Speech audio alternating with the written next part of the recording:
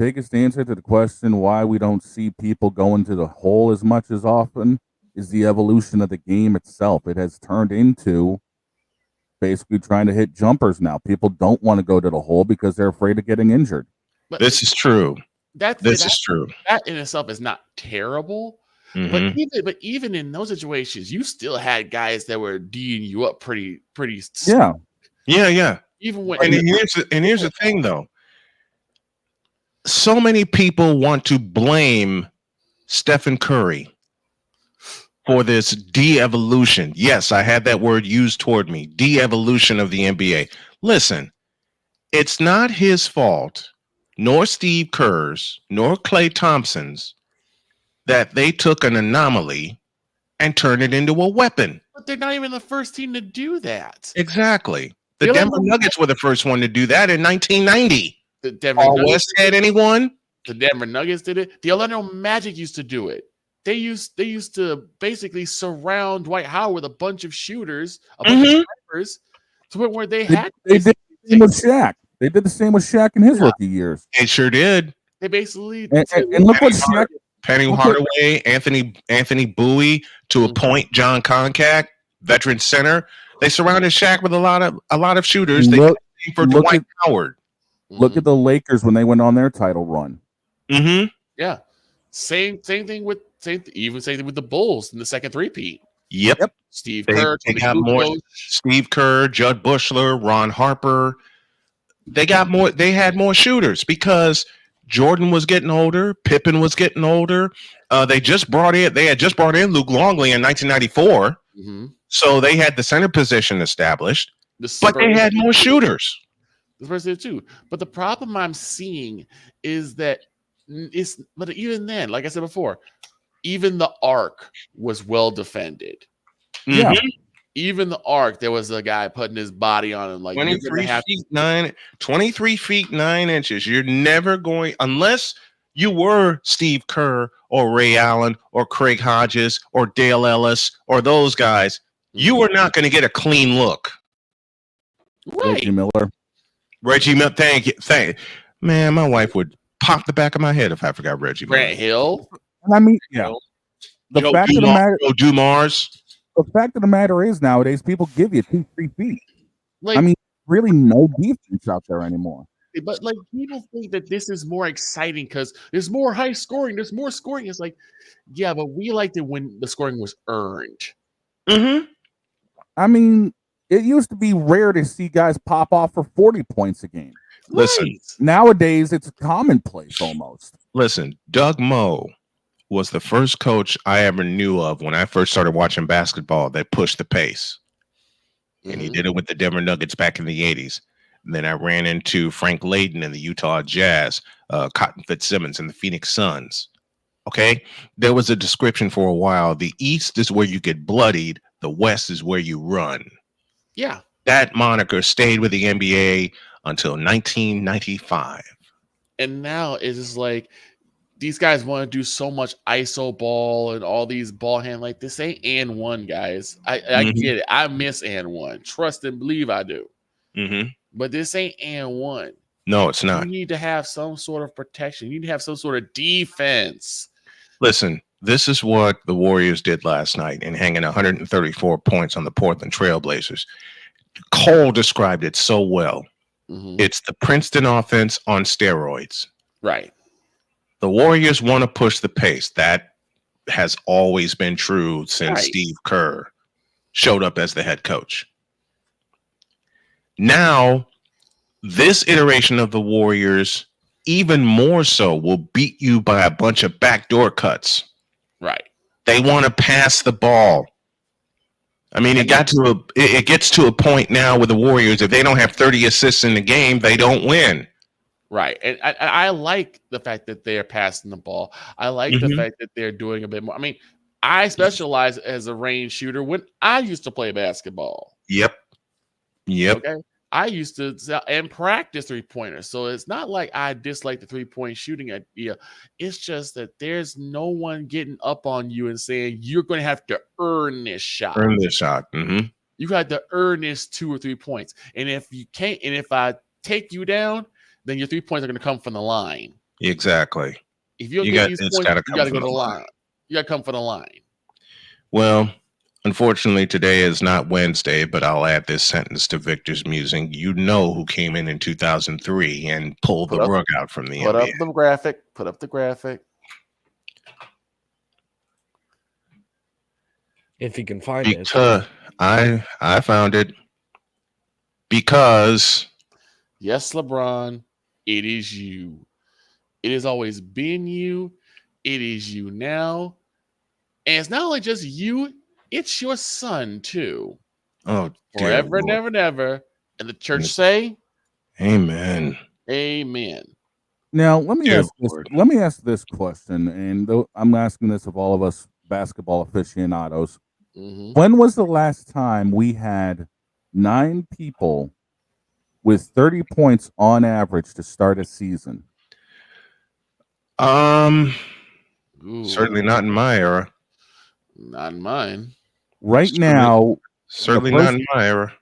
right now, the first games of the season out of the way, there are 9 guys with 30 or more points to start a season. I haven't seen. Look, I have not seen that. I can honestly say I haven't seen that since 1989, and that was only after a couple of games. And Jordan separated himself from everybody. Mhm. But it was Jordan. It was Jordan. It was Bird. It was I would have expected It was Barkley. Yes. And it was Barkley after a couple of games. It was Magic John. It was James Worthy. But it was guys like that that knew how to put the ball in the hole. Patrick Ewing. Patrick Ewing definitely, before he slowed down and injuries got a hold of him. The last time I truly saw that, when people earned 30 points a game, to answer your question, dog, was 1989. And even then, some averages went down below 30 while Jordan stayed up, because that was statistically his best year. Well, like I said before, it's like literally you were on somebody. The hand checking was real. People were trying to swipe and get steals. But now, like Droid said, the way that the rules are too, because the NBA's got to take some responsibility on this. I can't put all the blame on LeBron, even though I'd like to. Yeah. This is also part of the NBA's fault. I know you want to keep people from getting injured. Believe me, I applaud that. I applaud it too. But just like I'm seeing in the NFL, I'm seeing and I've seen the NBA, is they're taking defense out of the hands of the players and putting it in the hands of the refs. I hate that. And there's no lie to be found with that statement. It seems like you have bad body odor, then you're getting called for a foul. You pass gas on somebody, that's going to be a foul. No, that's going to be a tech. That's going to be it's going to be a tech, and the next one's an ejection. By the way, anyone curious about those guys who's got the 30 points so far this season? No, don't even say it. Don't worry, LeBron's not on the list. I don't care. I don't care if he is. I don't care if he's not. No. And it props up, in my opinion, false scorers. Thank you. Like James Harden. Like James Harden.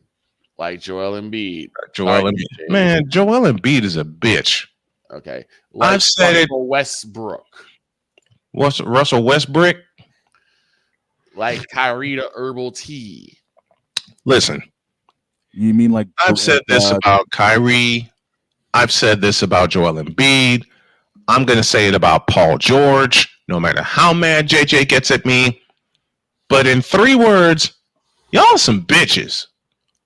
You mean also like Trae Young and Damian Lillard? Yep. Damian, I'll take. All right. Damian, I'll take.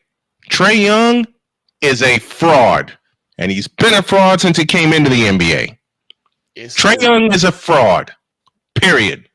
It's just maddening that nowadays, instead of saying, man, remember that hard-fought game? That hard-fought game between the Spurs and the Sixers, or the Bulls and the Nuggets, or the Warriors and the Lakers, where it was like maybe 3 points that down. It was like 69 to 66 or 84 to 82. Now it's like 134 to 99. Well, I say that I say this. One, do something to the players that are in the NBA right now. You made it to the next level. Now make your game better, especially defensively, and do something about it instead of bitching all the time. Yeah. Secondly, bring this league back to where it was in its heyday. And its heyday was the 80s, when people actually played basketball. Let me say it again. When people actually played basketball. I'll say it one more time. When people actually played basketball, doggone it. That's another thing I will bring up. We aren't paid to play defense. We're paid to play on offense. We're paid for points. That's one more thing I want to bring up before I end this. It's very funny how everyone proclaims that this is the heyday of the NBA. This is where NBA is really watching. Please. And I'm like, hold on. How many times do y'all watch a game and then you go outside and play basketball? No, man, me and Victor used to do that so many times. Man, me and listen, when I met Victor, when I met Victor in 2001, we would talk basketball for about an hour and a half, and then we'd have it over to the gym and play it. Right. I remember back in the day when I would watch the Bulls smack whoever they were playing, and then my dad would grab not even say anything. I would hear the basketball bounce on the floor. We had hardwood floor at the time. Mm-hmm. And he would start bouncing the basketball, and I got shorts on. You know what's going. You know what's happening. You know what's happening. Cross the street, because the school was right there with the basketball court. They got the fresh nets and everything. Man, Dad and I used to look. Dad and I used to play ball in the basement. He would teach me the fundamentals of shooting the basketball. He would teach me the fundamentals of where to find. You know what? Let me say something, okay? And this applies to a certain group, and y'all know who the group is. But because it's Thursday, I cannot say the name out loud. Mm-hmm. Adrian Dantley played a better fundamental small forward than you know who. Yeah. Okay? Alex English played a better fundamental small forward than you know who. Larry frickin' Nance, who we had the chance of meeting in person, and such a nice guy. Yep. Such a wonderful, wonderful gentleman. Yes, indeed. Played a better fundamental small forward than you know who. I can name so many guys who played a better fundamental small forward than you know who. It's not even funny. And you know what, Victor? I'll close this out for you. Y'all want to see what basketball was? Let me take you back to 1989. He looks to bring it in. He comes in and throws it away. The Bulls have it. Here comes Michael Jordan on the drive. 5 seconds.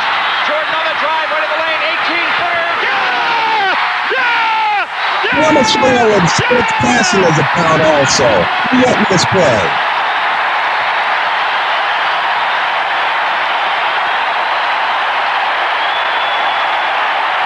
Which is courtesy of Sports Club. The date was February 16th, 1989 in Old Chicago Stadium.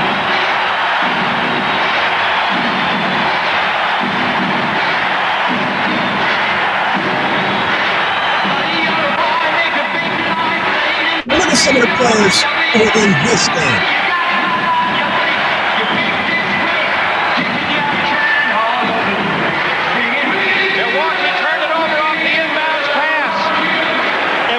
Is Cummings saved the ball. So they get it to Michael Jordan, wrap around and back. Takes it, looks for three. It's not there. Goes into free throw line, up over Jets. What does he find? Nothing but net, but points 49 and 50 for Jordan to give the Bulls a lead. 117 to 116. Michael loves it. This is their first lead in the second half. Remember, they were down 12 earlier in this fourth quarter. Michael Jordan has scored 27 of his 50 here in the fourth quarter. 1 tick of the clock left for Del Harris in the Milwaukee Bucks. If the ball goes out of bounds, they may be able to stop this situation. Because then there's a defense. Now, another one of our friends, Greg Hodges. They're going to be watching for that timer to go after it. That ball's got to. And look at how close those guys. Look at how close that 18-footer. In my opinion, because of how much pressure was on Mike, is far away more impressive than any dunk LeBron has done. Period. And look how close the score was. Period, doggone it, period. See, And I'm going to just say this last thing. I actually will say this, Victor. Mm-hmm. I want to point at a specific clip from recent times. Mm-hmm. And it was Dallas Mavericks versus Utah Jazz. Mm-hmm. With that beautiful passing play. With Doncic on the ground, passed it across to Kyrie. Kyrie threw it up for the dunk. Mm-hmm. Beautiful sequence. Right. How do you, as Utah, shut up, Snowman? I'm not done talking. How do you, Utah, let that happen? My response remains. Good question. And you know what? Joy poses a good point. A player is sitting on his ass. Yeah. And still able to get a pass off. Like Luka Doncic can. Like Kevin Johnson could. Like Mark Price could. Like Stephen Curry can. How do you allow that to happen as a defense? So, Droid, I take back my raspberry from a moment ago. You bring up a very good point. You know what the thing my dad taught me, besides how to shoot the three? Taught me how to box out. Listen, I had one simple statement whenever I played basketball and people dared me to shoot. Mm-hmm. I don't get paid to shoot. I get paid to beat people up in the post. And oddly enough, one of my first favorite shooting three of my favorite shooting big men, mm-hmm. Jack Sikma, Tom Chambers, and Bill Laimbeer. What I loved about Laimbeer, listen, I hated him when he played against the Bulls. Don't get it twisted, because I'm a Bulls fan. Mm-hmm. What I hated about Laimbeer is what made him so dangerous. His shot. Yep. Shot. Exactly. He had something that LBJ has never consistently developed. A jump shot. I knew it. I read your mind. Well, it's a given that I said jump shot as well. Yep. It's a given that LeBron's never developed that. In the 20 years plus he's been in the league, he's never had a decent J. How did you describe why he hasn't had a decent J is because he didn't go to college to try and improve it. Oh, say that again, Troy, please. I'll tell you why LBJ doesn't have a good jump shot is because he never went to college to try and improve it. He just went straight into the NBA. So, in other words, what Joy just said to all this certain group mm-hmm. is that LBJ's jumper is nothing but it's trash. It's a chicken wing. It is one of the. It's a dry chicken wing that's under the heat lamp at Jewel Osco since 9 in the doggone morning. No, this is like Popeyes that's been sitting out for about 20 minutes. As I said, it's nothing but a lot of.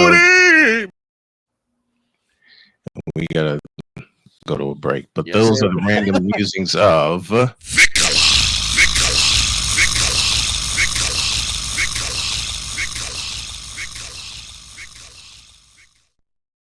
Gracias. Dear bro, well, can't do it. Yes, you can. I can. Yes, and I'll start it for you. Dear Bronsexuals. You. Dear Bronsexuals being trained by Bronsexuals. You. I have bad news, Brian. What? Oh. I have a bronsexual coworker. I'm sorry. I am so sorry. Listen. Rip. I've had plenty of them over the past 30 years. Hell, I've had plenty of them since Bron came into. You know, I'll share a story before we bring Chris Simpson on. I was about to say, dude, I've got a bronsexual friend. What's your point? I have to smack him around. We smack him around and tell him, "You fool!" I have. Trust me, he still don't listen. No, they don't. Nope. No, they don't. Let's go to break. When y'all get back, Simpsons Football Chatter begins the football portion of the program as Thursday Night Football presents the Vikings and the Rams. Ew. Yeah. This is 2022 vibes all over again. You asked me that one. I'm not touching that one with a 30-foot pole. Screw a 10-foot pole. Android, I love the shirt. Read it and weep, NFL fans. You can hate the Chiefs, but they are still champions. Listen, I don't hate the Chiefs. You know the majority of the league still. Oh, I know. The reason. The same way back in the 80s, the majority of the league hated the 49ers. Trust me, I get it. That's why I got an affinity for the Chiefs. Not to mention Patrick Mahomes is bleeping awesome. Back in a minute.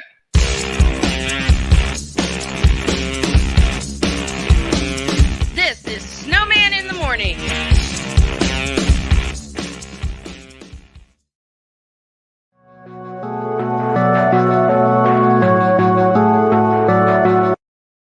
I want to do a TED Talk, but I don't have anything to talk about yet. I'm getting there. Life is for the living. We're not here that long. You can learn anything you want to learn without any money spent. What do I really enjoy? What do I really want out of life? I am your host, WIZE. Are you in a life-holding pattern? Well, this is for you. Welcome to the Stuck in My Mind podcast. Live every Monday, Tuesday, and Wednesday at 4 p.m. Central.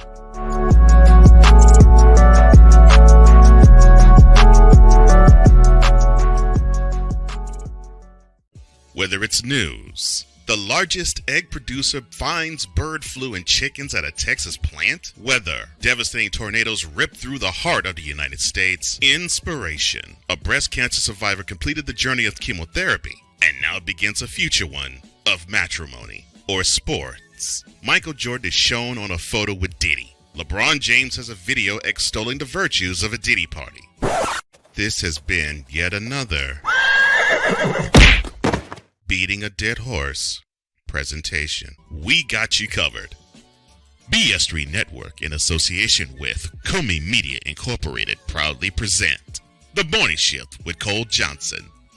Live every weekday at 8 a.m. Eastern, 7 a.m. Central.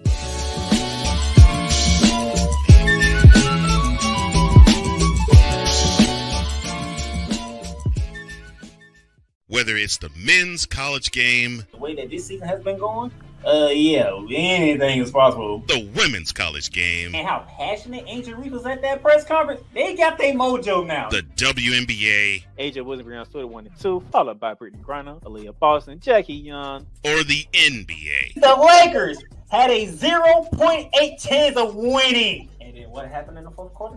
LeBron James by himself outdid the Clippers. You will get any and all of the information right at your fingertips or your earlobes.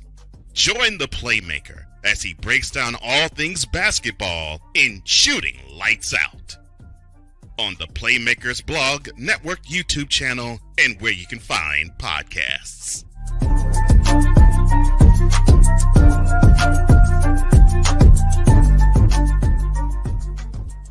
Join the transporter to Hades. Your butt and gut becomes one.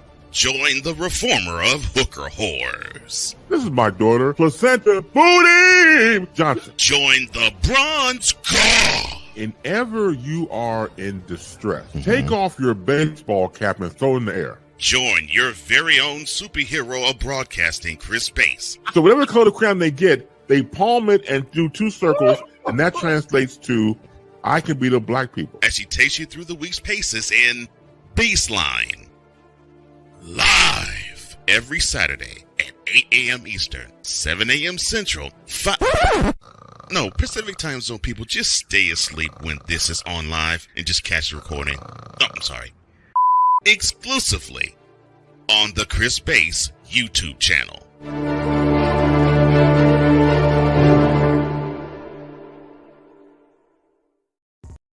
Mister, how do you operate this Twitter thing or this Instagram thing or whatever the heck? You're supposed to know all this stuff. Anyway, welcome back to the show. That kid joins us in the Fanatics feedback zone. He says, I actually wonder how Curry would fare in the 80s. Pretty damn good. I think Dale Ellis and the bunch. Arku was the first one in. He talked about the Bulls. He said the Warriors will be competitive. I agree. And Jedi laughs at your comment about LeBron's jump shot. It's a chicken wing jump shot. And he'd also say I'd say it's a Popeye's biscuit, but even a Popeye's biscuit is better than LeBron's jumper. A Popeye's biscuit's more dangerous than LeBron's jump shot. Mm-hmm. And also, as far as like Curry being in the 80s, I think Curry would handle pretty well because he would at least have a lot of people running screens for him. And you got to remember, Reggie Miller was really good back in those days too. Listen, so it's not that shooters couldn't hang in the 90s. Just I tell you, a point guard Curry would mirror in the 80s. Mm-hmm. Two of them, actually. Okay. Kevin Johnson and Mark Price. Okay. Yes, Add a third, Isaiah Thomas. Yeah. I could see that. So don't y'all come at me about how Curry would fail in the 80s. I just gave you three great examples of how he would succeed. I don't think he was saying that he would fail. I was just saying like how would he fare? I think Listen, how you fare, and people have flat out told me he'd fail. Oh, really? Really? Then y'all don't know basketball like y'all don't know basketball. But and I'll leave it there. Anyway. Matter of fact, no, I'll leave it there. Because if I go any further, then I'll run out of time for our guest here. All of our guests appear via the Invader Coffee guest line. Go ahead, Victor. Now, Snowman called me last night on his way home from DoorDash. Yes, I did. And he said, by the way, can you tell me who's playing tomorrow night? I sure did. And I said, okay, I'll go ahead and pull it out. Mm-hmm. And before I can get out Vikings and Rams, so it was like, oh, heck no. Oh, heck no. Let's just net with a 30-foot pole. I did say that. I was like, but why? He said, because both those things are a bunch of frauds. Not frauds, frauds. Frauds. That's exactly what I said.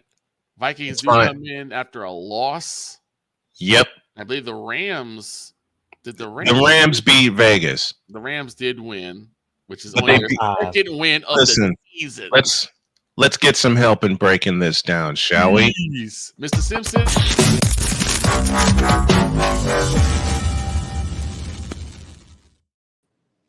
Chris Simpson joins us on the Invader Coffee guest line to talk Thursday night football and beyond. Good morning, Chris. What's going on, guys? Good morning. How are you? Mr. Simpson, I have a question. Oh no. I have an answer. Why does Amazon decide to get the worst games on Thursday? I don't know, man.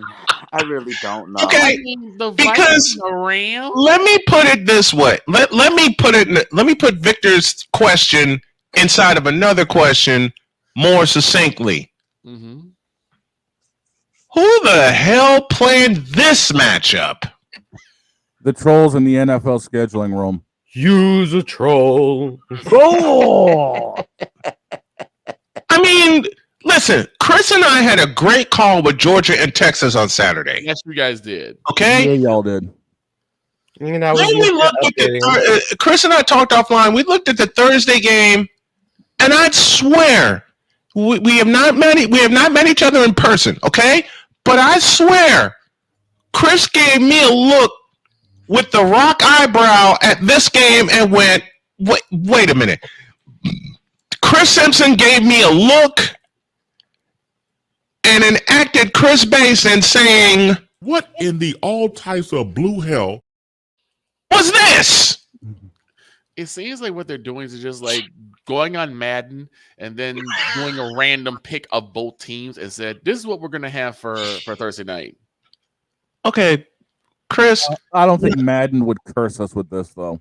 Mr. Simpson, when I talked to Victor last night on my way home from work, and I asked him what was the Thursday night game, and he told me Vikings and Rams, every part of me bristled.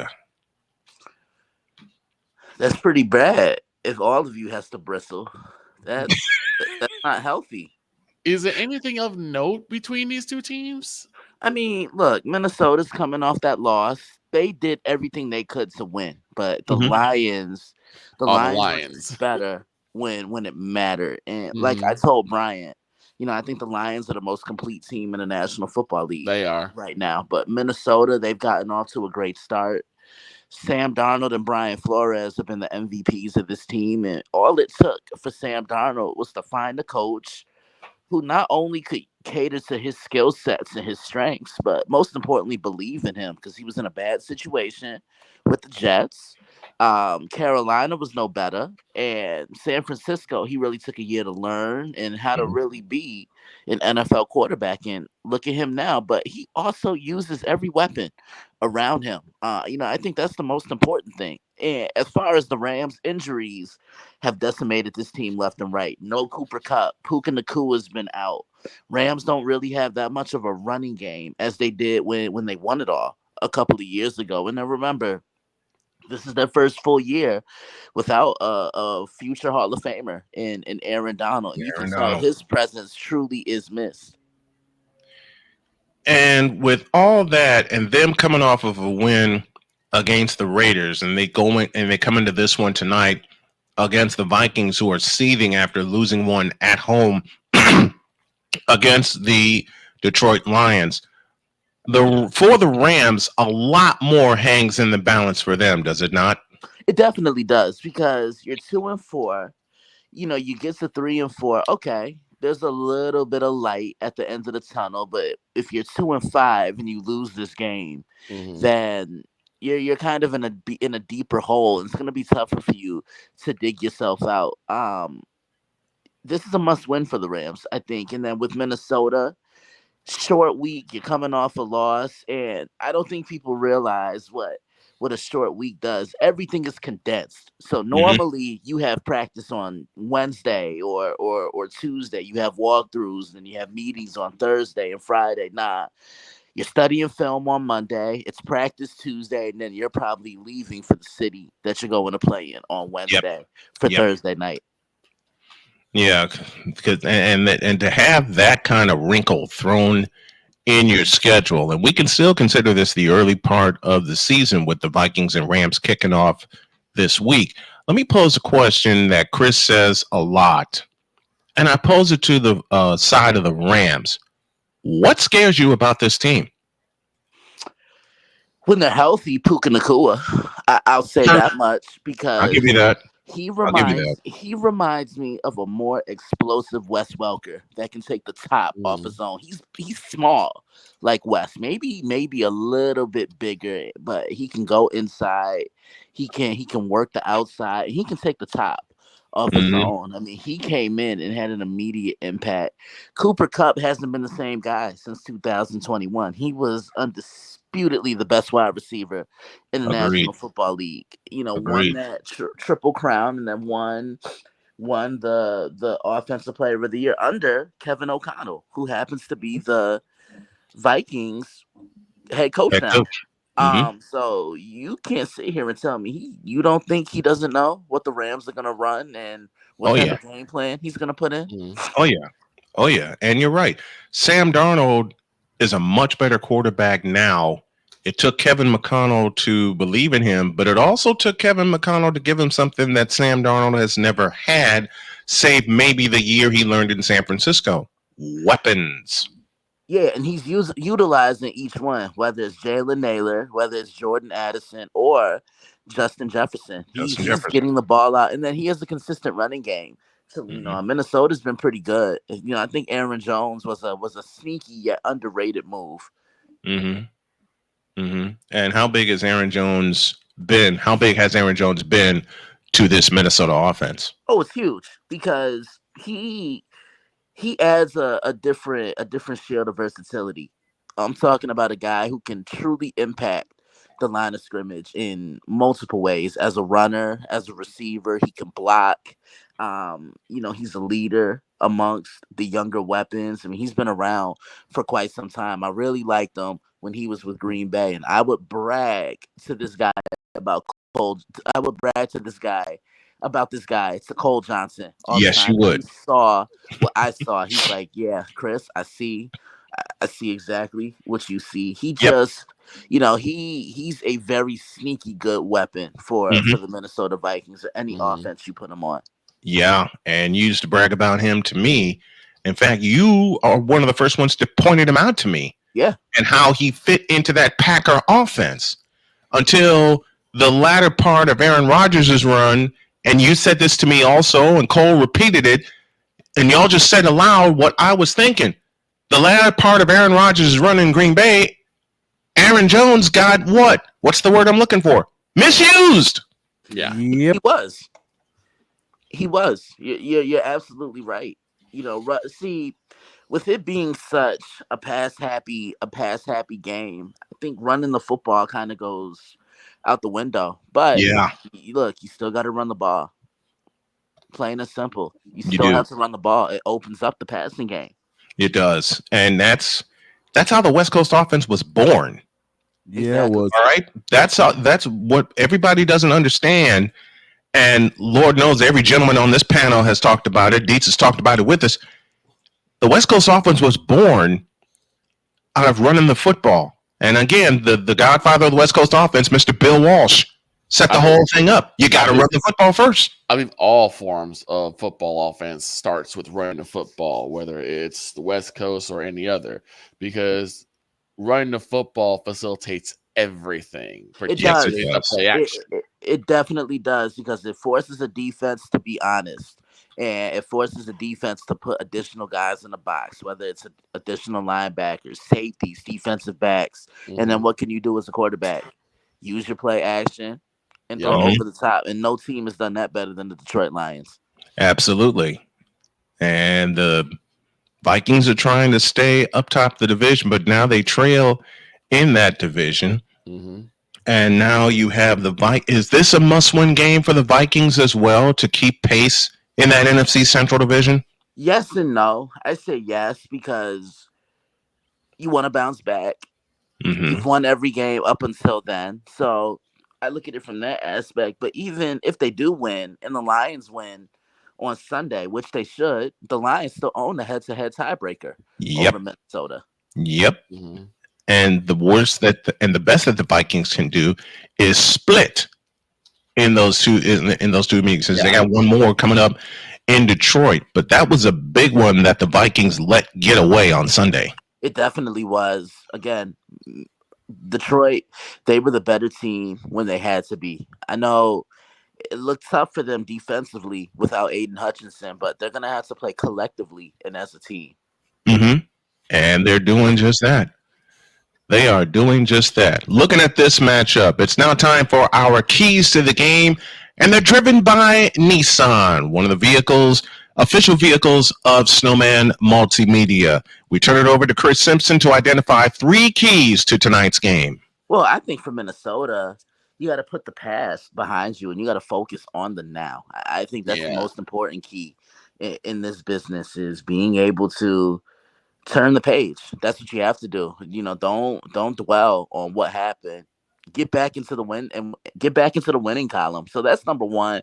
Number 2, there's not a soul on LA that can stop Justin Jefferson. So feed him the ball early on and find the best possible mismatch with him. And when he gritties, that means he just did something. And then number 3 for Minnesota, keep establishing Aaron Jones. Establish him, run the football in the teeth of this Rams defense, because the Rams have really struggled to stop the run because 99 isn't there anymore. And then as far as the Rams are concerned, they have to keep Matthew Stafford protected, because Brian Flores, he's going to throw a lot of exotic looks. He's going to throw a linebacker, he'll throw a safety blitz, he'll throw a corner blitz.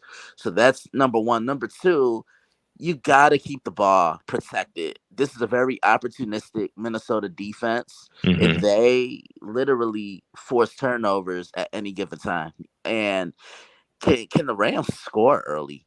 That's one thing I'm looking forward to seeing as well. Can the Rams punch the ball in the end zone and try to take control of this game early? Those are our keys to the game, driven by Nissan, official vehicle of Snowman Multimedia and Snowman Multimedia Sports. Chris will join me again on Saturday, a doubleheader that we have in tow for you. First at 3:30, it's a big one for the University of Illinois as they take on the top-ranked Oregon Ducks. That's a 3:30 start. And at 7:30, We're going down to Texas again. This time it's the LSU Tigers and the Texas A&M Aggies, and I want to stay there for a moment with Chris. 6 years ago, those two teams got together, and 6 years ago, those two teams put up 146 points. They did, and I could see the same type of game on Saturday. LSU has really impressed me ever since their first game of the year. Me having a chance to cover and break that one down. LSU, USC. I look at what Garrett Nussmeier has been able to do, and Kyron Lacey is one of the more underrated weapons, not just in the SEC, but I think in college football. Texas A&M, same thing. They've improved greatly since week one. Got punched in the mouth by the Notre Dame Fighting Irish, but ever since then they've regrouped. Last time I saw them play, they were playing Missouri, and they punched Missouri right in the mouth. They sure did. Yeah, Connor Wegman came in, didn't miss a beat, spread the ball around. And Texas A&M has actually one of my favorite defensive players in the country, Nick Scorton. He transferred over from Purdue to Texas A&M. Big guy, and Texas A&M has a thing for finding these defensive standout players. They had one in Von Miller, had one in Myles Garrett, and look at what those two have become in the NFL. I think Nick could be the same thing. Key to winning for Texas A&M. Can they grind the game out? Can they make it ugly? Can they force LSU to run the football? Can they score early? Can they keep that crowd in the game? Because the 12th man in Kyle Field, that's a tough place. That's a tough place to go and get a win. Yeah, 100,000 plus, and key to win for LSU. Can they take care of the ball?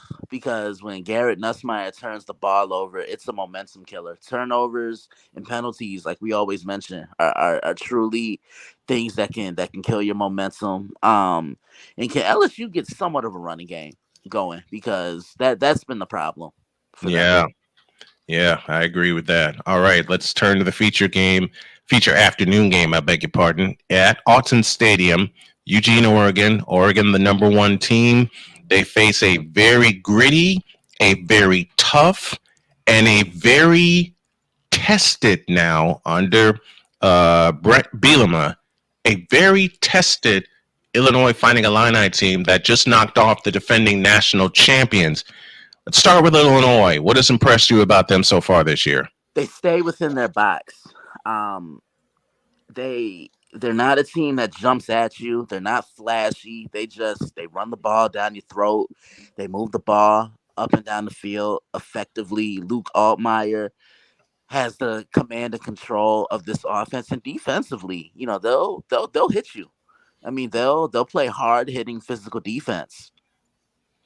And about the Oregon Ducks that picked up a big win over Ohio State, and then they win their next game. They're sitting on top of the polls right now. What's impressed you about them? They're not the flashy offense that they were all those years ago under Chip Kelly. You remember, it was speed, no huddle, but they still did it with balance. Now they're more of an effective offense that knows how to pick their spots, when and where. Dylan Gabriel, he's a veteran quarterback that can impact the game not only as a runner, but as a passer as well. They have weapons. They play defense. But I think the thing that impresses me about them is their fight. And I saw that against Ohio State a couple of weeks ago. Every time Ohio State will punch the ball in the end zone and come away with points, Oregon will respond. So this team is never out of a game. And I think Dan Lanning is one of the 5 best coaches in the country. All right, keys to win. Key player for Illinois is? Pat Bryant. He's a 6'3", 220-pound possession receiver that can catch the ball in traffic, but can also work the outside, work the numbers, go over the top. And this is a pretty good Oregon secondary that can press you, that can jam you at the line of scrimmage. But he's a bigger guy, and he's just going to have to win a lot of those one-on-one battles. And the key to win for the top-ranked Ducks? They just have to stay within their lane, keep the crowd involved, get after Luke Altmaier. But I think the key to this game for Oregon is going to be the trenches. Can Oregon's pass rush, which is pretty good, can they attack a very strong Illinois offensive line that barely gives up sacks? Yeah, and they kept Luke Altmaier clean. That was something you said to me before the matchup against Michigan when we had a chance to talk. The one key that you said that Illinois had to do, they had to keep Luke Altmaier upright, and they had to keep his uniform clean. Mission accomplished. Absolutely. That's Chris Simpson and Simpson's Football Chatter, and all of our guests appear via the Invader Coffee guest line. Chris Simpson brings the Football Chatter, and proud to say, keep forgetting to fix that. It's presented by Fanatics, officially licensed everything. Mr. Simpson, always a pleasure. I will talk to you, my friend, on Saturday afternoon. No problem. I'll see you then. Gotta love it.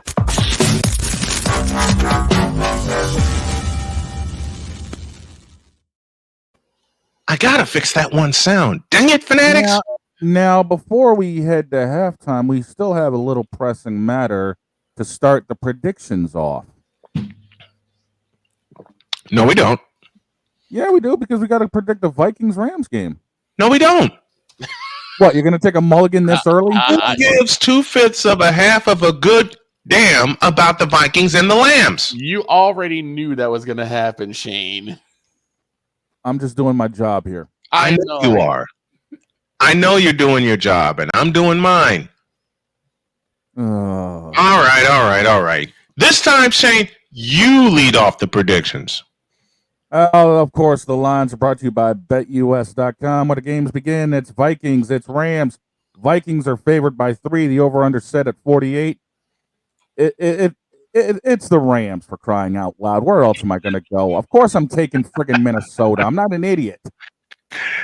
Okay. Now I'm going to play a sound that Victor can't stand. I already know what it is. Go ahead. There's your answer. Yeah, I got to go Skull Vikings. I just can't trust the Rams, man. Who can? And I want to, because they did me right with the pick, for playmaker, but yep, they did. I cannot consistently pick on them because it seems like you just wait for the other shoe to drop. Isn't it? You just wait for that again, Victor. It's like you're waiting for the other shoe to drop. Like, when they're gonna mess up this time? And how? Yes. Pretty much. Finish it, droid. He's falling asleep. It's not even game time, and he's falling asleep. It's not even Sunday yet, and he's half asleep. Yep, I get it. All right. I think that's I think that will make it a clean sweep. Clean sweep. Yep. Minnesota, thank you. Oh, I see what Droid's doing.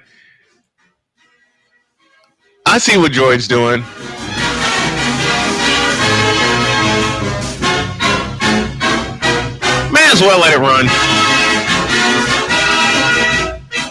Welcome to halftime, everybody. In this game, Skull Vikings, honor your name. Go get that first down, then get a touchdown. Rock 'em, sock 'em, fight. Go Vikings, run up. Meanwhile, I think we've lost them. Here we go. He's back.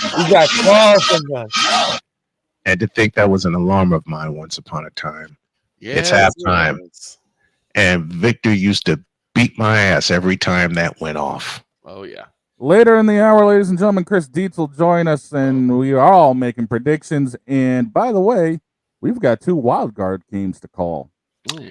Yep. 2 of them. Yep. 2 of them.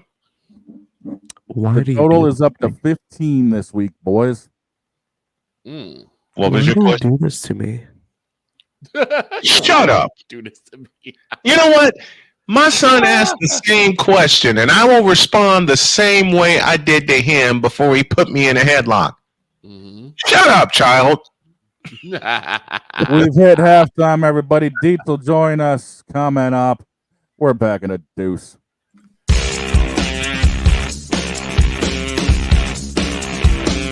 This is Snowman in the Morning.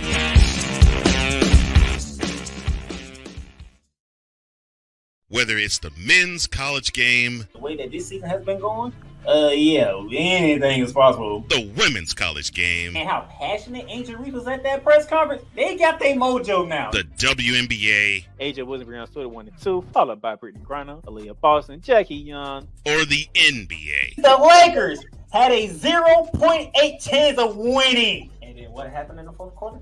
LeBron James by himself outdid the Clippers. You will get any and all of the information right at your fingertips or your earlobes. Join the Playmaker as he breaks down all things basketball in Shooting Lights Out on the Playmakers blog, network, YouTube channel, and where you can find podcasts.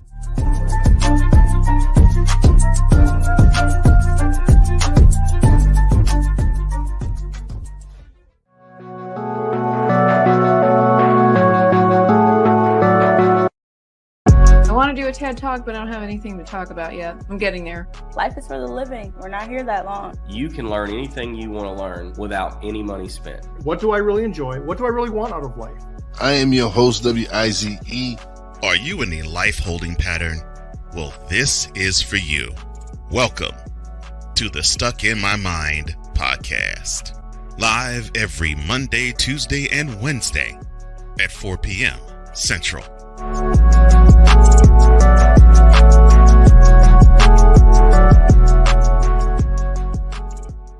Join the transporter to Hades. Your butt and gut becomes one. Join the reformer of hooker whores. This is my daughter, Placenta Booty Johnson. Join the bronze car. Whenever you are in distress, take off your baseball cap and throw it in the air. Join your very own superhero of broadcasting, Chris Bass. So whatever color crayon they get, they palm it and do two circles, and that translates to, I can be the black people. As she takes you through the week's paces in Baseline. Live every Saturday at 8 a.m. Eastern, 7 a.m. Central, Pacific Time Zone people, just stay asleep when this is on live and just catch the recording. Oh, I'm sorry. Exclusively on the Chris Bass YouTube channel.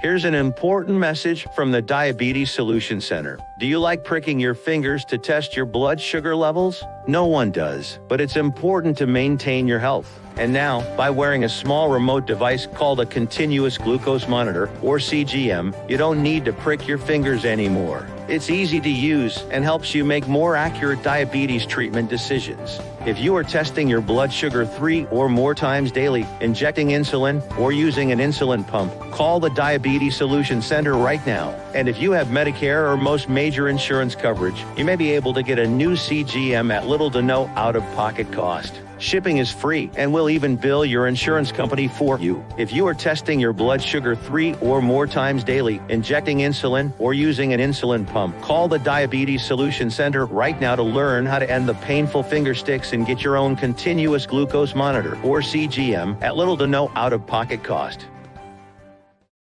SeatGeek is the ticketing app for fans like Boomstick Lady. No free throw is safe from the roar of her sticks.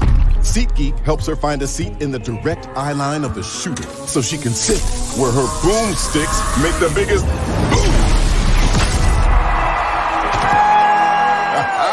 Everybody okay? SeatGeek handles the tickets to sports, concerts, and more, so fans can fan. Whether it's news, the largest egg producer finds bird flu in chickens at a Texas plant, weather, devastating tornadoes rip through the heart of the United States, inspiration, a breast cancer survivor completed the journey of chemotherapy, and now begins a future one of matrimony or sports. Michael Jordan is shown on a photo with Diddy. LeBron James has a video extolling the virtues of a Diddy party. This has been yet another beating a dead horse presentation. We got you covered. BS3 Network, in association with Comey Media Incorporated, proudly present The Morning Shift with Cole Johnson. Live every weekday at 8 a.m. Eastern, 7 a.m. Central.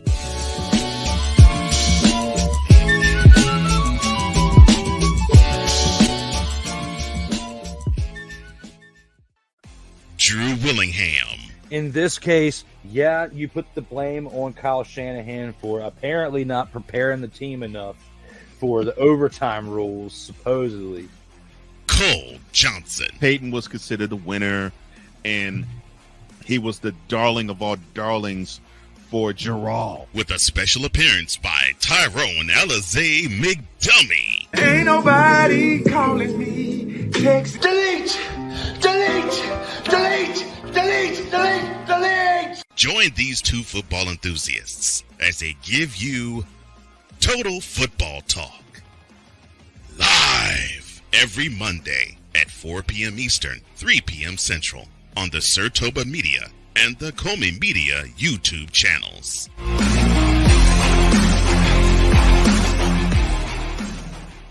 Mister, how do you operate this Twitter thing or this Instagram thing or whatever the heck? You're supposed to know all this stuff. Anyway, welcome back to the show. Oh, yeah! Second hour of Snowman in the Morning is here. And we are not going to waste any time. Passionate. Come after me. I'm a man. I'm 40.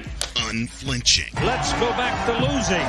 Parking was easier. Unrelenting. They're not going to keep him off the field tonight. Totally. This one has a chance. Dates.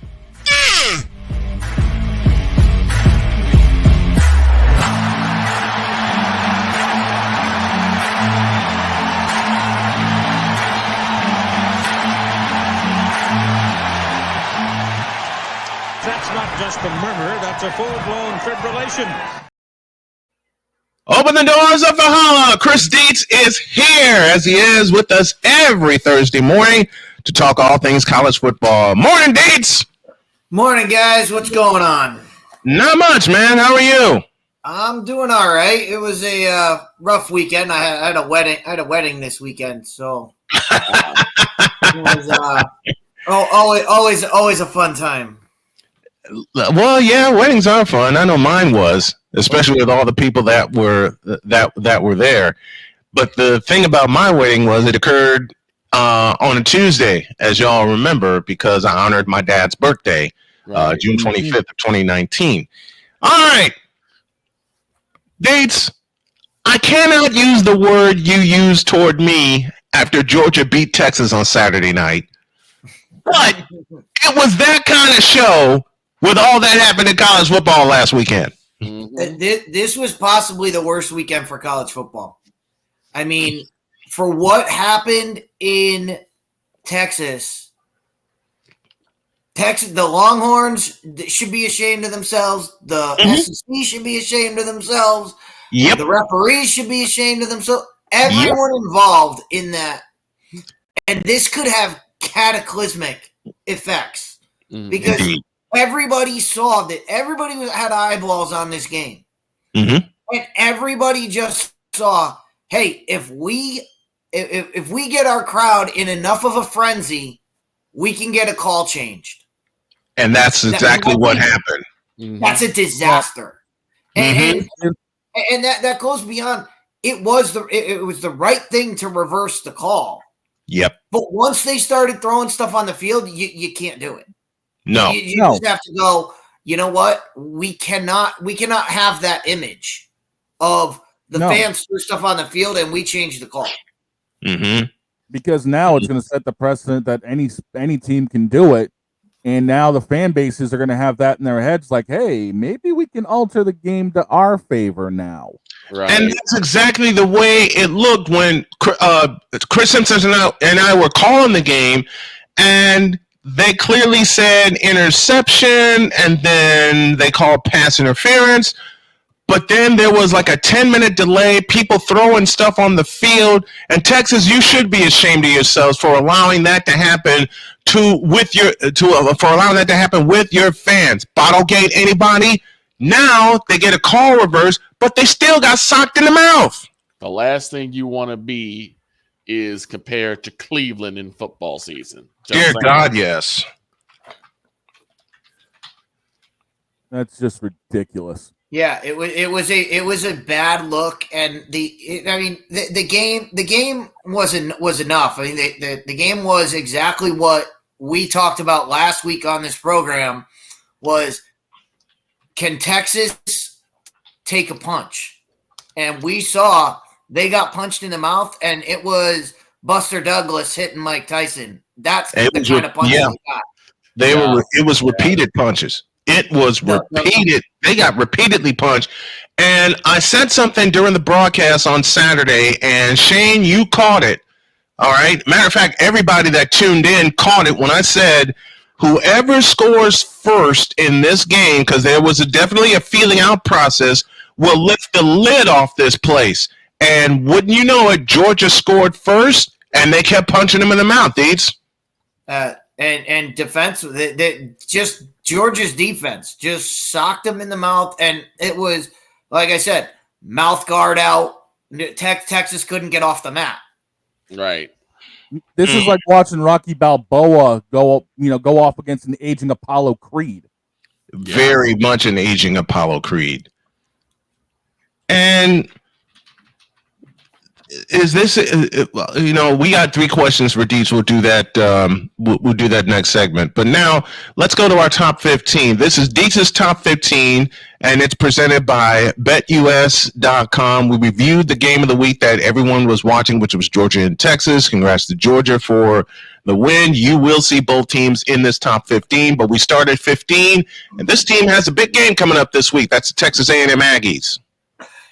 Yeah, the Aggies are slowly crawling their way back in it. Of course, opening loss to Notre Dame, and now they've won 5 straight. So you've got to look at this team, and this team is going to go by the way of the quarterback. Number 14 is the Alabama Crimson Tide. Yeah, well, Alabama is always going to be in the hunt. It was tough. It's going to be tough to keep them out of any kind of contention because they have that win over Georgia. Their losses were I said this to you right after the game. They're 5-0 against all 49 states. They just happen to be 0-2 against the state of Tennessee. They lost to Vanderbilt and they lost to Tennessee. At 13, it's Droids Hoosiers of Indiana. I don't know what you mean, droids. If I'm gonna pick a team in college football, it's gonna be K-State. I'm sorry. Nope, it's Droids Hoosiers at 13. What Indiana is doing right now, it's remarkable, and for them to be undefeated and where they're at, they've got everything in front of them. They sure do, including a trip to Indianapolis should they continue to run the table. At 12, we have the Notre Dame Fighting Irish. Yeah, the Irish, the same thing. They've got that win over Texas A&M, so they've got that in their back pocket. And as long as Texas A&M keeps staying viable, they're going to be looked at okay. Their schedule, they don't have much coming up. I mean, we're going to talk. We'll probably talk about them later on. They do have a game with Navy coming up that is surprisingly a good game because of how well Navy's doing. But other than that, you look at their schedule, it's an easily manageable schedule. It really is. At number 11, we go to Utah and find the BYU Cougars. The Cougars found a way to win on Friday night. They had no business winning that game, and somehow they pull it out. That's the magic of this team, and that's going to be the thing that keeps them. They cannot afford to stumble anywhere. They have to be undefeated, otherwise they're going to get bounced out of this thing.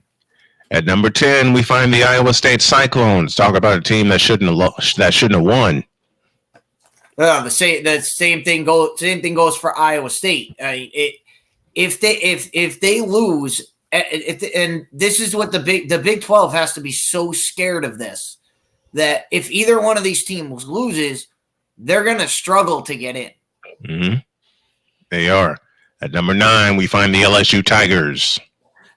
LSU again. Brock Nussmeier, love this kid at quarterback. He's so big. His arm is so good, and they have the weapons to go get it. So I love watching this team play, and we're going to see them play a big game this weekend. Yes, we do. We see them at Texas A&M in a game that I'll watch. At number 8, speaking of Tigers, we go to the ACC and we find the Clemson Tigers. Yeah, Clemson, same deal with Clemson as I talked about with Texas A&M. Yeah, the opening weekend lost to Georgia. Since then, they've been on fire. So you've got to keep them around. And when you look at teams like this, they fit the mold of what I'm looking for when I rank my teams. Mm-hmm. I know a lot of people are going to say, "Oh, but teams lost." It's not about who you lose to. It's when you lose, how you lose, and who you lost to. Yes. They lost to Georgia. That's not a knock against them. No, it's not.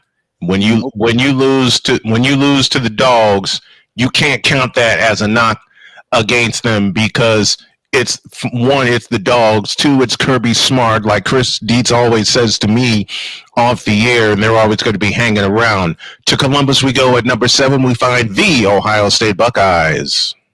Yeah, the Buckeyes, the only reason they're down here, and I know a lot of people say, their only loss is Oregon. It's not about who Ohio State's lost to. They haven't beaten anybody yet. They have not beaten a single top team yet. But they do have Penn State coming up. They do have Michigan on the schedule. They've got, I'm sure they have some of the Pac-12 guys coming up. So they've got those guys on the schedule. They just have to figure out a way to beat them.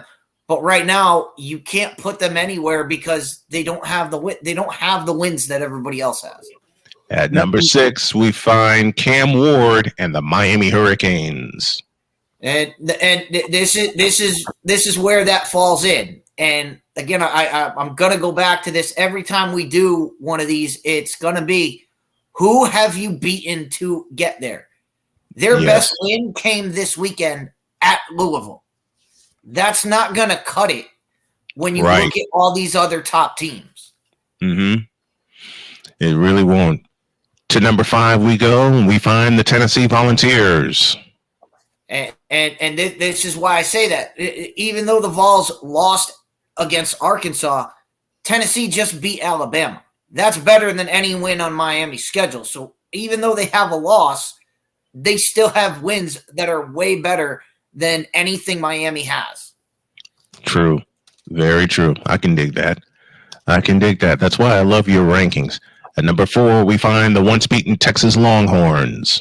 Yeah, the Longhorns. Look, I know they dropped farther in the national rankings. They dropped really far up.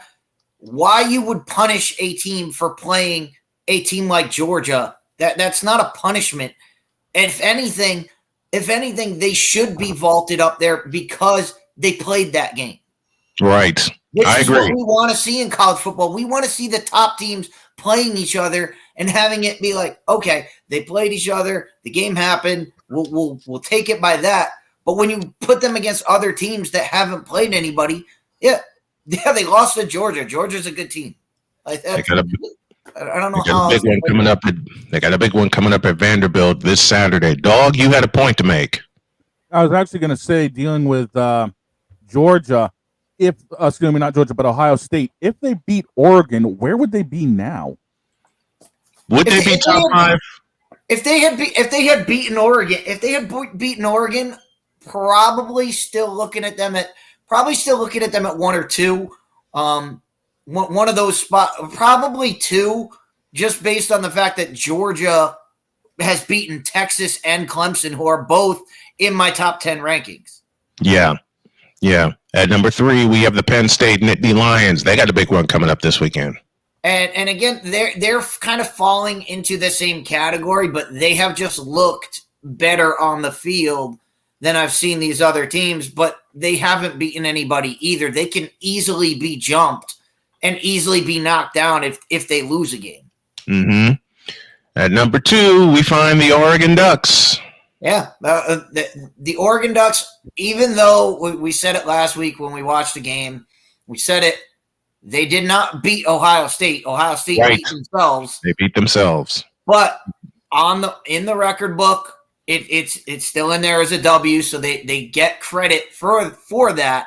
And just because of that, they fall into the number 2 spot. And at the number 1 slot, go Dogs. Yeah, I just said it. Georgia has beaten Texas, and they beat Clemson to open the season. And their one loss, they had the lead with like 50 seconds to go at Alabama. They did. And then Alabama came up with a miracle again, the touchdown. same logic goes. Mm-hmm. You want those games to be played. Yes. If you're a college football fan, you cannot reward teams for playing nobody. Right. That's going to kill this sport. The sport has to be, we want to see the top teams play each other. We want to see we don't want to see it affect anybody's status, because then you'll never get these games. True. That's Dietz's Top 15 presented by BetUS.com. Pause for a break. When we come back, 3 questions for Dietz for week 9, and then we will get into our picks. And brother, we got a lot of them. Let's take a break. Totally Dietz continues in a deuce.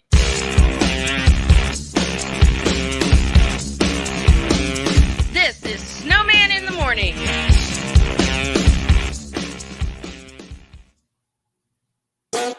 The original Think Drink is back. Level up with proven ingredients formulated to crush your competition.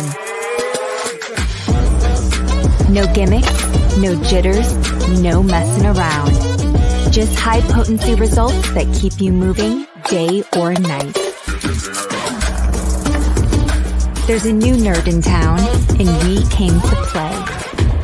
SeatGeek is the ticketing app for fans like Boomstick Lady. No free throw is safe from the roar of her sticks. SeatGeek helps her find a seat in the direct eye line of the shooter so she can sit where her boomsticks make the biggest boom. Everybody okay? SeatGeek handles the tickets to sports, concerts, and more, so fans can fan.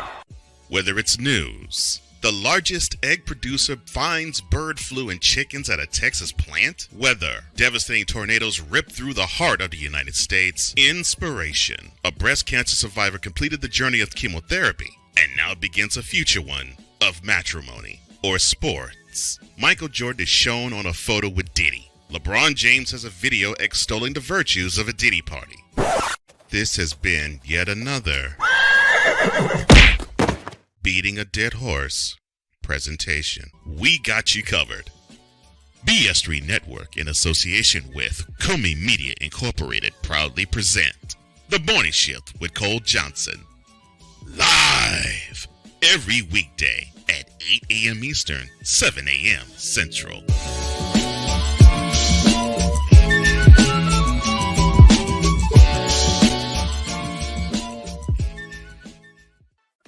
Drew Willingham.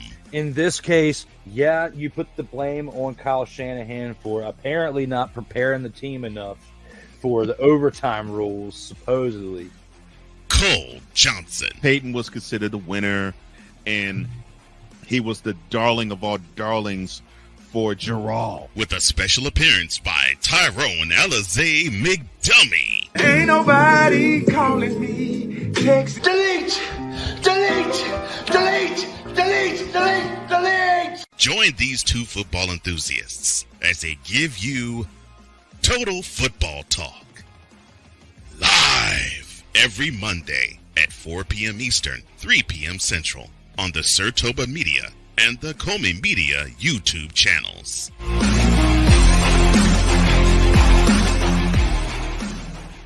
Nerd Focus, smarter than energy. We were always hippies at heart, I guess, and that was one way that we showed it before we became full-time RVers. Yeah, we were definitely living small and minimally. What made us decide to go with Battleborn was everyone from their top leadership team down to their service department helped us so much the whole way through. Our relationship with Battleborn is so much more than business. And me and Dennis love to jam together. We've played together multiple times, and that's been an awesome transition. Be able to learn so much more about the business. Also, just make some awesome friends.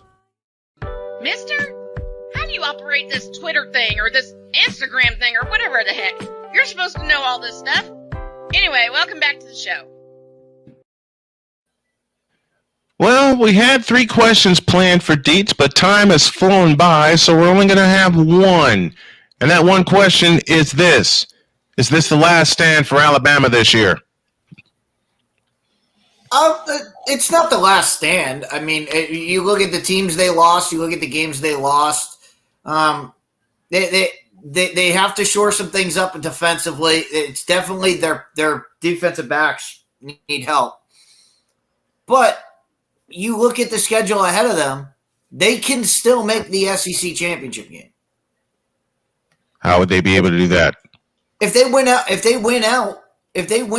they will have wins over Ole Miss. They'll have wins over LSU. They'll have wins over Texas A&M. They'll have wins over Texas.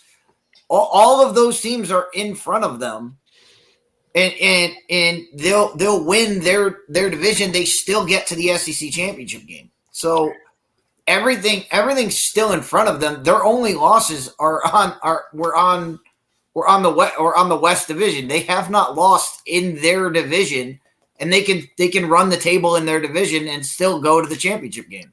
Is everything also still in front of Georgia? Well, like I said, I got Georgia at number 1 on my list, and Georgia's in the driver's seat until Tennessee shows me that they can beat Georgia, which I don't think they can. Even in Knoxville, I don't think so either. Even in Knoxville, I don't think they can topple Georgia. It's going to take a lot to beat Georgia, and we saw that from Alabama.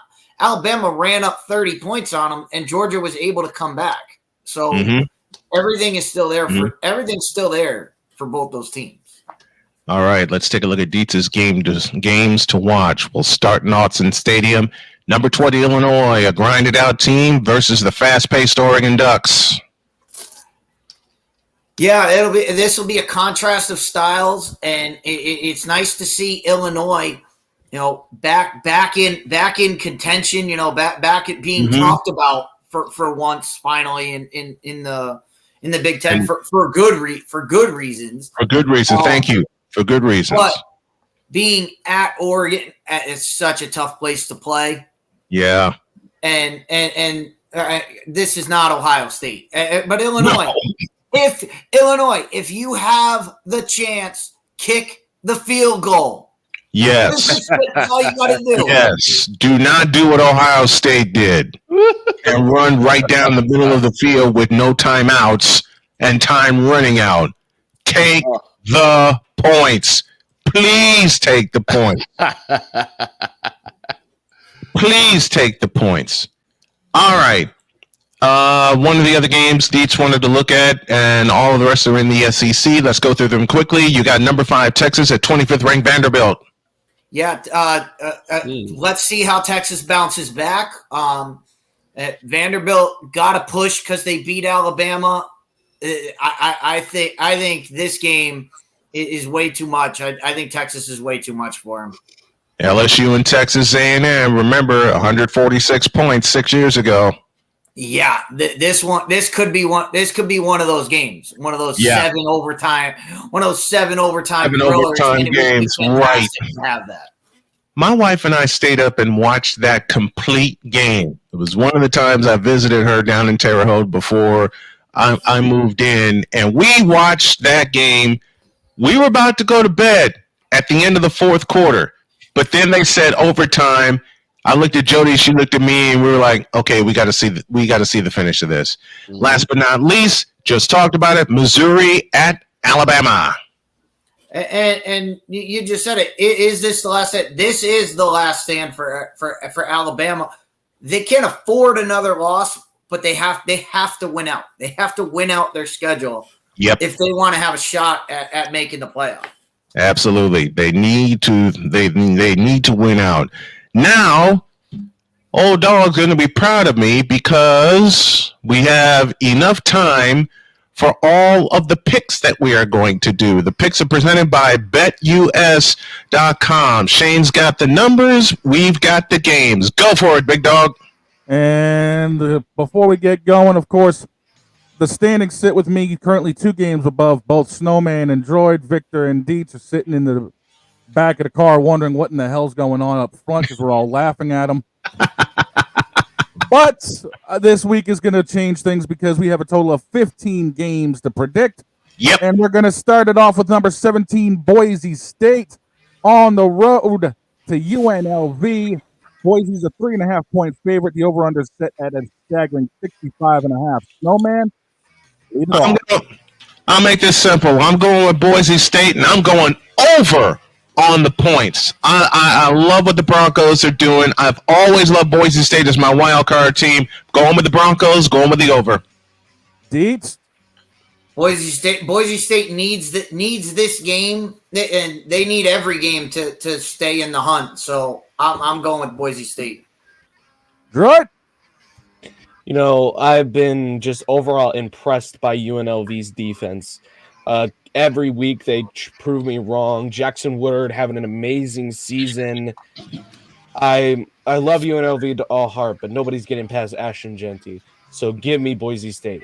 And Ashton Genty, I think, is going to be the upset Heisman Trophy winner. Victor? Yeah, I'm going to go Boise State. I've seen a lot from them, and I'm very, very impressed. And I'm going to go over for this one. That makes it clean sweep. Clean sweep. Boise. UNLV's got great defense, but Boise State's offense is too high octane. I'm sorry, UNLV. It ain't your weekend. To Bloomington, Indiana, we go for this one.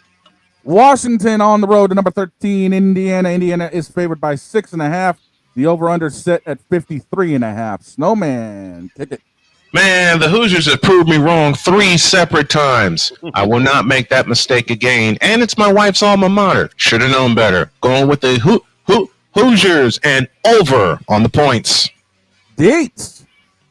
Washington has been a killer for all of these Big Ten teams. Michigan went into Washington, came out with the L. I'm gonna roll with the Huskies. I think the Huskies stay hot against these classic Big Ten teams, and so I'm going with Washington. Good. Lost last week to Iowa. Well, not last week. They lost 2 weeks ago to Iowa. 48-16. I picked them that week. Never again. Give me the Hoosiers.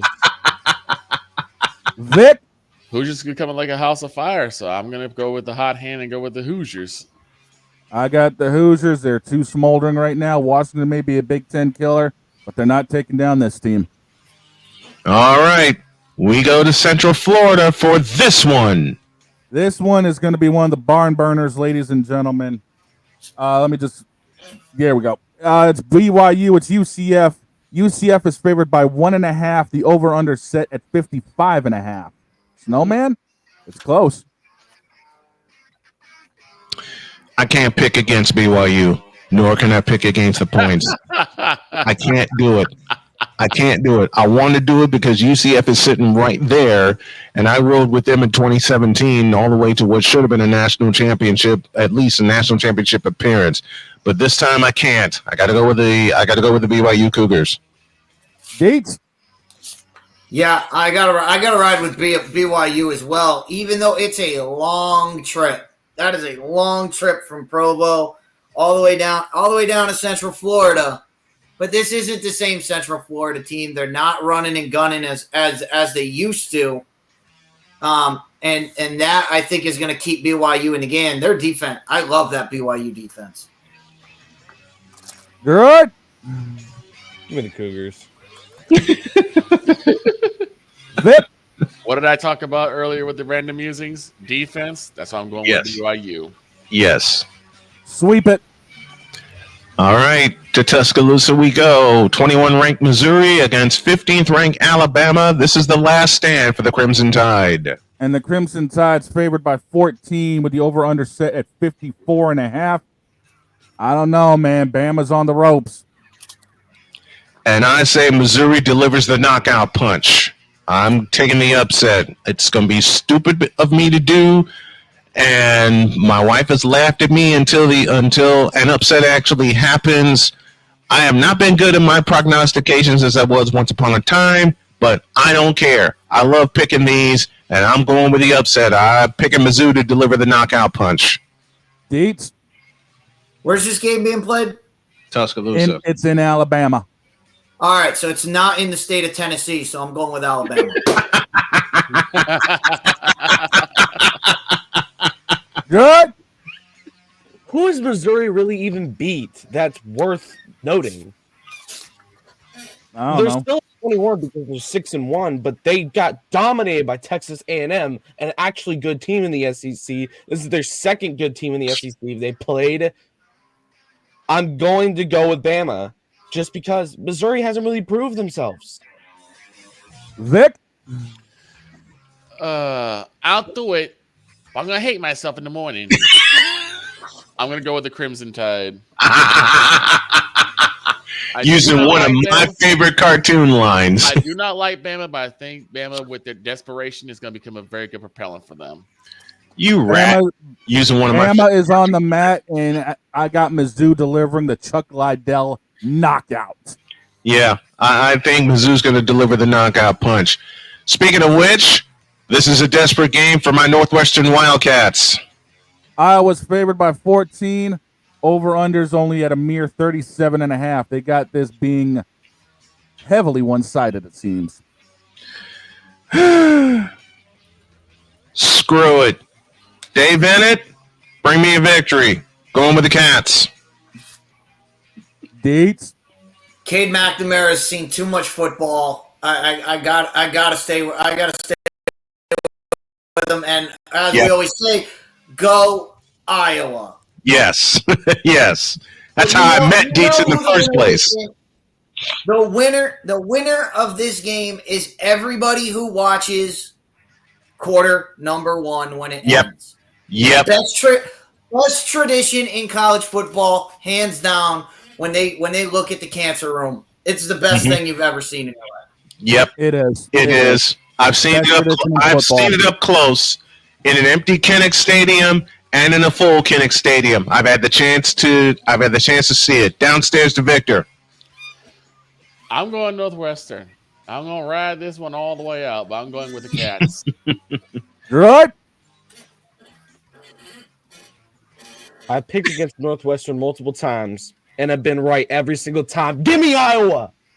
Oh, boy. Dogs and cats usually don't get along, but I don't mind getting a claw for this one. I'm taking Northwestern. To Nashville we go. It's the Texas Longhorns and the Vanderbilt Commodores. Texas is favored by a staggering 18.5. The over-under is set at 52.5. So Texas will score 53. I got the Longhorns in a whitewash. Deets?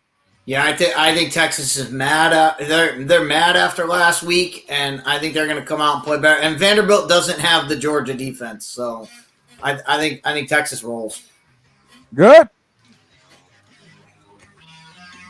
The last time that people decided to doubt Vanderbilt, Alabama came tumbling down. And you can't blame the coaching on that. That was just all Vanderbilt dominating, playing their game how they want to play it. And we know about SEC teams in the state of Tennessee. I'm going horns down. For the second straight week, he goes horns down. Victor? As much as I'm impressed by Vanderbilt and how they've been playing, I'm not going against the Longhorns. Horns up on this one. And finish it off. Texas is mad as hell, and they ain't going to take it no more. Texas is going to club Vanderbilt. Yep. To Miami we go. At Joe Robbie Stadium, it's the Florida State Seminoles and the Miami Hurricanes. Undefeated Hurricanes are favored by 21. The over-under set at 54.5. Do we really need to figure this one out? This is not going to be close. Miami. I think Dietz will sum it up when we get down to him. Sum it up, Dietz. You know how this game is going to end. Wide right. It's going to be wide right some way. Some way, somehow, this game always ends on a field goal. It doesn't matter what the records are between these two teams. It does not matter. It always ends on a field goal. I'm taking Florida State and the points. I'll take the points because this is going to be a close game. I don't think so. This is going to be close. Droid, what you got? In the past, we've always seen Florida State and Miami play each other to hell and back. Yes. Every single time. It doesn't matter if Miami's having a bad season. Didn't matter if Florida State was having a bad season. Right. So, just like Dietz says, it's going to end on a field goal. Give me Florida State. Victor. I'm going to actually go with the Canes on this one. I think they stay undefeated. Too much Cam Ward. Miami. At least this Cam actually knows how to throw a football longer than 10 yards. Miami in a rout. At least this Cam knows how to throw a football longer than 10 yards, unlike another Cam we know. Here's our first shot at Cam Newton here on Snowman in the Morning. Let's go to Wallace Wade Stadium in my old stomping grounds, Durham, North Carolina. 22nd ranked SMU taking on the Giant Killers and the Duke Blue Devils. SMU is favored by 11.5. Over under is set at 48.5. Snowman, this is the first time we've got one of these games. Okay. I've tossed a coin on this one several hundred times. And? It keeps landing on its side. Why do you think I picked this one? Screw it. Give me the Blue Devils to score the upset. They're at home. They do strange things when they're at home against ranked teams. Clemson, anyone? I will trust the Blue Devils. I shouldn't, like Victor said earlier, I'll do it, but I'll probably hate myself in the morning. And that morning will be Sunday morning. But the hell with it. Give me the Duke Blue Devils. Dates? Too much Mustangs. I'm taking SMU. Good. Give me them Ford Mustangs. Vic? I'll actually go with Duke as well. I think they'll be able to handle their home turf. I'm sorry, but the Mustangs got too much horsepower. I got SMU. Yeah, SMU's got a hell of a running game that I actually love. I want to see the upset, and I know it's a stupid pick, but the hell with it. I've made a lot of stupid picks in my life. All right, this is one of the wild card games that Droid handed to me. It's a noon kickoff. Tulane and North Texas. Tulane's favored by 7.5, and they're calling this game a shootout because the over/under is at 67. Good. I will take Tulane. I will take the over, and I'm going to lay the points on this one. Deets? Yeah, I'll take Tulane. They've had too many bad things happen to them that they need something good. They need something good to happen. Good. Give me North Texas. Oh, he's going with North Texas. Wow. The way they played against Memphis in that shootout, in that barn burner, keeping it close with one of the top teams in the American, I can't pick against North Texas. Vic? I like most teams of Texas. But North Texas is not one of them. I got to go Tulane. I'm taking Tulane in this one. North Texas, yeah. I'm sorry, but Tulane's going to burn you down the secondary. Watch it when DT Sheffield gets the game-winning touchdown for North Texas. We'll see. I might put that on the broadcast schedule. We will see. This one is on the broadcast schedule. It's the Big Ten Game of the Year with a team that's finally featured. It's the Illinois Fighting Illini and the top-ranked Oregon Ducks. Ducks are favored by 21.5. The over-under is set at 54.5. Snowman, this could be a complete blowout. I know. That's what frightens me. That's exactly what frightens me, that it could be a complete blowout. Holy catfish. They got Oregon favored by how much? 21.5. 21. Yikes. They have no faith in the Illini. None. But I do. Illinois will cover that. And as stupid as I'm going to sound for saying this, they'll score the upset at Autzen Stadium. Now, will they really score the upset? Hell if I know. But I'm doing this off emotion and not knowledge. Dates? I'll take Oregon to win, but Illinois to cover. 21's a lot. I like it. I like it. Droid. Too much Dylan Gabriel, too much Tez Johnson. Give me the Oregon Ducks. Vip. If I'm going to go down, I'm going to go down swinging. I'm going with the Illini. Quack, quack, shucky ducky. All right. Way too much Oregon. All right. I love it. Okay. Let's go to Little Manhattan in Manhattan, Kansas. We got the Sunflower Battle, which may be a game I'll have on my left monitor here. The Kansas Jayhawks and the Kansas State Wildcats. The K-State Wildcats favored by 10. Over under set at 55.5. Let's go down to Droid first. Okay. I hate you so much. I hate you. I hate you. I love you, but I hate you. KU needed that bounce back game against Houston last week. That was obvious. They needed that, especially if they want to win out the season and go bowling. K-State is going to be the toughest matchup they will have all year long. This is what they have to win in order to go bowling.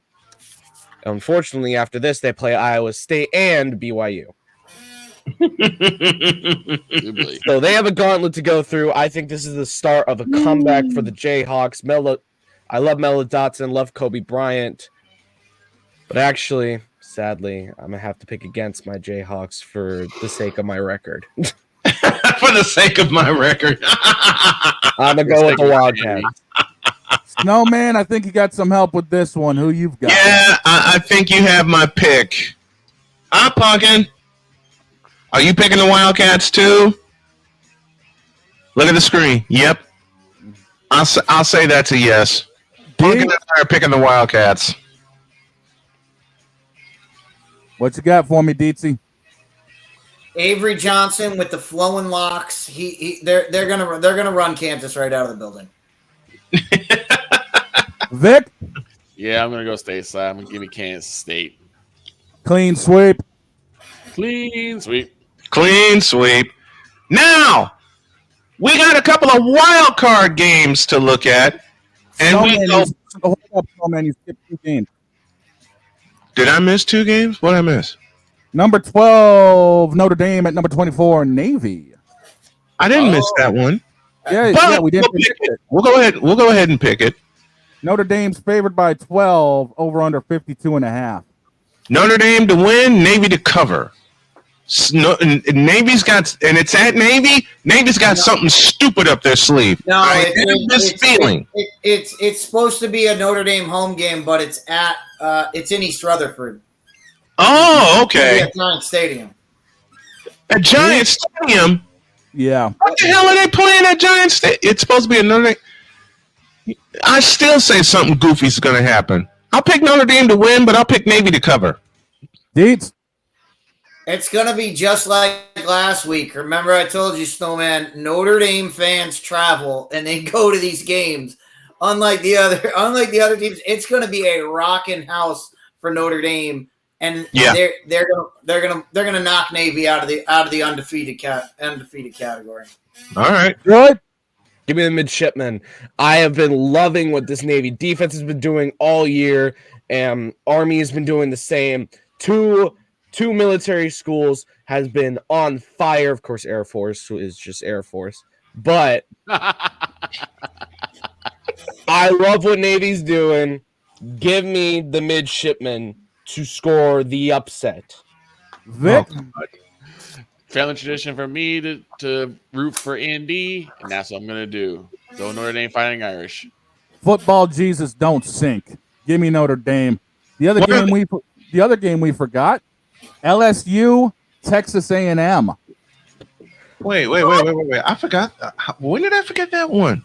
You talked about you might have looked over it. You didn't put it. I might have. LSU, it's Texas A&M. Texas A&M's favored by 2.5. The over/under set at 53.5. Snowman, it's going to be a good one. Damn. And this is one of my feature games Saturday night. Exactly why it's on the schedule for predictions. Hunga dinga. Okay, now we've spoken about this game a lot. Yep. And I rewind back to 6 years ago at Kyle Field when the final score was 74-72, Texas A&M, in a game that didn't end until 1 o'clock in the frickin' morning. I watched every single play of that game.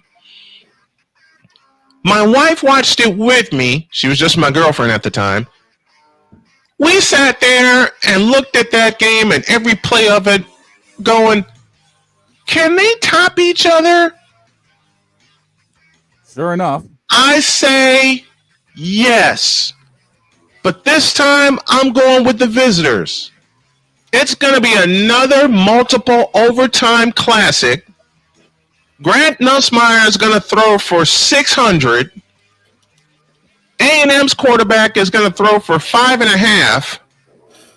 And LSU is going to have the ball last, and they will win. I'm going with the Tigers. Deets? I'm going with the Tigers, but for the other side of the football, and Harold Perkins. He is phenomenal to watch. I guarantee he makes something happen. Final drive, fumble, fumble, sack, probably both. But I'm going with LSU. Good. Major Burns, give me LSU. Vic, what you got, V? You know what I'm going? I'm going with them LSU Tigers. Got Tigers. So we got a clean sweep? Clean sweep. Now we got the wild card. Now let's go to our wild card games. And thank you for mentioning that to me. Wild card game number 1. This one. The Auburn Tigers and the Kentucky Wildcats. Wildcats are favored by 2.5. The over-under is set at 43.5. Oh, boy. Snowman. There is no trust in this game at all from the odds makers. None. There is no trust at all. None. In this game. Because how can you only make this a 2.5 point game when neither team has done a doggone thing this year? I mean, Auburn had Oklahoma on the ropes, but couldn't deliver the knockout punch. Mm-hmm. Texas effectively did that the following week. Yep. And this is a good old-fashioned cat fight. Yes, Wildcats and Tigers. And this coin is staying on its side again. The hell with it. Give me the ghost of Bo Jackson and the Auburn Tigers. Dates. Yeah, Kentucky at home, favored by 2.5. That just tells you that they believe Auburn's going to win this game. So Yes. I'm going with Auburn. Yes. Thank you, Deeds. And it took Deeds to teach me that when we first got together on the air about how the odds work. And the only thing that Deeds said to me was if they're favored at home and it's less than 3 points, they don't expect the home team to win. I've lived that lesson ever since Deets taught me that. Good. Who you got? I really want to take a mulligan on this. I shouldn't do it, but I'll do it. Oh, but why? I don't like either of these teams at all. Remember what I said. Auburn barely played a good first half against the University of New Mexico. True. This is true. A Mountain West team. So you're taking a mulligan on this one? I'm taking a mulligan. I'm not picking this game. He's taking a mulligan. First mulligan we've had in college. First college football mulligan that we have. Victor? Vic? This is going to be a tough one. I'm going to take the home team. I think Kentucky is going to show that they're more than just their fried chicken. So give me the Wildcats. Auburn's going to come in and eat themselves some fried chicken. And then we go way, way, way, way west for the final football game on Saturday night. The Nevada Wolfpack and the Hawaii Rainbow Warriors. The over-under set at 45.5. The stat line is even. Snowman, flip the coin and watch it land on its side. It already did. 3 times. Figures. Well, what's the fourth time say? Please see previous decisions. Exactly. That's what the 8 ball is saying. The 8 ball is saying, why are you asking me? This coin keeps stopping on its side. The 8 ball saying watch the game. And 8 ball says refer to Deets. Yeah, Deets, you pick first. It's in Hawaii. I'm going with the home team.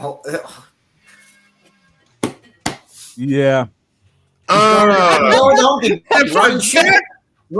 Run and shoot offense against Nevada. Nobody runs this anymore, and it's going to be fun to watch.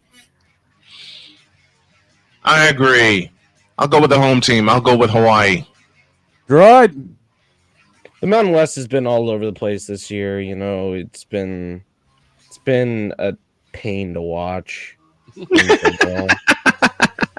Especially that New Mexico Utah State game. Oh Lord, 50-45. That's still, and that was one of yours. Baffles me. That was one of the games I called. Yeah, both of these teams suck. Neither of them have won a conference game all year long. Wow. Neither of them have won a conference game all year long. That's a heat seeker going out to the Pacific Ocean. Yeah, it is. Gracious. But the Wolfpack have had overall stronger games. Give me Nevada. Vic? I'm going with the Island Boys. Give me Hawaii. Mahalo, bitches. Give me Hawaii. Those games are running solo in. Damn. Those are our picks brought to you by BetUS.com. Use code Snowman for 125% deposit match. BetUS.com, where the games begin. Let's get out of here. Deeds, thank you very much, my friend. Very much appreciated when you come on every Thursday. Always a blast. We love you. Thank you. We'll see you next week. Always a pleasure. And everybody, just keep the cans in your seat this week. Please do. Please. We don't need it on the field, all right? No, we don't. Don't be passionate. Come after me. I'm a man. I'm 40. Unflinching. Let's go back to losing. Parking was easier. Unrelenting. They're not going to keep him off the field tonight. Totally. This one has a chance. Deeds.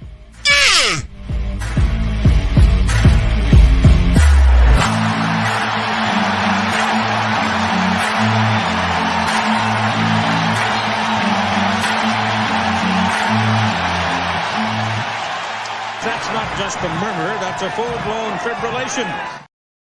Quinn Ewers is definitely not having a good year. I'll say that. I was gonna say whenever compared to every other quarterback in the SEC, including Diego Pavia of the Commodores, he's just not had a good year. Archie Manning has had overall a better year. All I got to say before we get out of here, ladies and gentlemen, is please keep the trash where it belongs in Cleveland. Keep your hot dogs in your seat. Keep your cans in your seat. Just remember, if you and all I gotta say is, this has been yet another Beating a Dead Horse presentation. Let's get out of here. I'm sorry. I'm Get sorry. out of here. I couldn't resist. Okay. No, you Now couldn't. I will be serious. All I really got to say is This has been yet another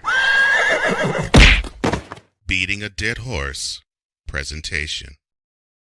You couldn't wait till tomorrow. Oh, hell no. Ain't nobody calling. have a great day. God bless. Remember to make the next move your best move. And always remember, if your dreams don't scare you, they're simply not big enough. Dream big, do bigger. We are, and we hope y'all are too. Matt Taylor and Deb Whitkus tomorrow, and we start at 11 a.m. tomorrow morning. So long, everybody.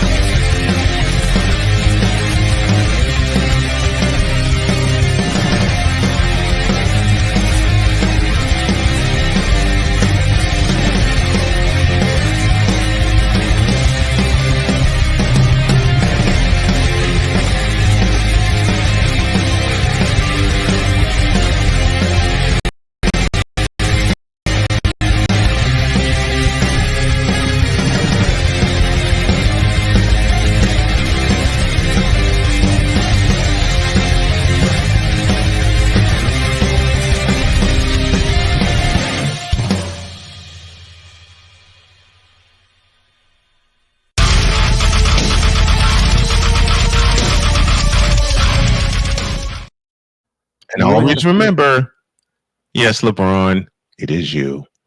It has always been you. It always will be you forever and ever. And the church said, Amen. You really had to end it with this, though? I hate it here. All right. Couldn't you wait till tomorrow? No, apparently not. See We got Matt Taylor and Deb Whitkus. See you, everybody.